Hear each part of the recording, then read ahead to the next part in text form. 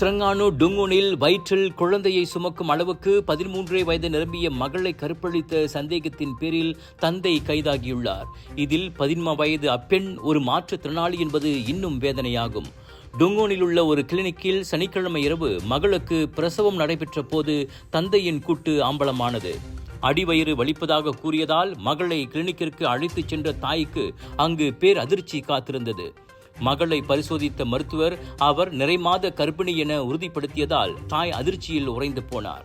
சற்று நேரத்தில் மகளுக்கு குழந்தையும் பிறந்தது. தாயும் சேயும் மேல் நடவடிக்கைக்காக டுங்குன் மருத்துவமனைக்கு மாற்றப்பட்டனர்.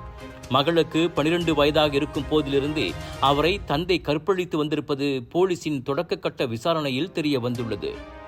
உடல் உழைப்பு தொழிலாளியான 45 வயது அந்நபர் போதைப்பொருள் தொடர்பில் ஏற்கனவே குற்றப்பதிவை கொண்டிருப்பதும் உறுதியானது. குற்றவியல் சட்டத்தின் கற்பழிப்பு குற்றத்திற்கான 376வது பிரிவின் கீழ் அச்சம்பவம் விசாரிக்கப்படுகிறது.